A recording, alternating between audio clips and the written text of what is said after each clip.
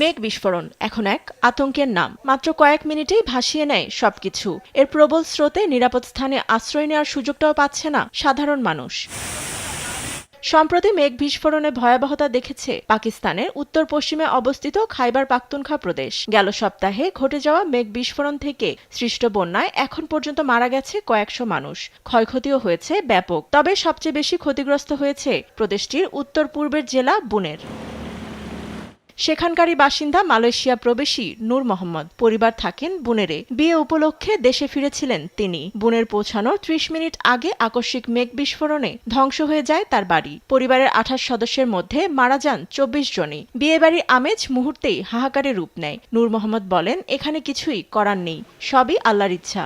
আল্লাহ যা চান তাই হবে। আমি এসে দেখি এখানে আর কিছুই অবশিষ্ট নেই। আমার দাদার তৈরি বাড়িটি এখন ধ্বংসস্তূপে পরিণত হয়েছে। আমার পরিবারেরও কেউ বেঁচে নেই।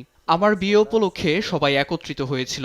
আমার মা অনেক খুশি ছিলেন, আমার ফেরার অপেক্ষা করছিলেন। বাড়িতে অনেক আনন্দঘন পরিবেশ ছিল, কিন্তু আমার পরিবারের ২৮ সদস্যের মধ্যে ২৪ জনই মারা যান। বাকিদের চিকিৎসার জন্য হাসপাতালে নেওয়া হয়েছে।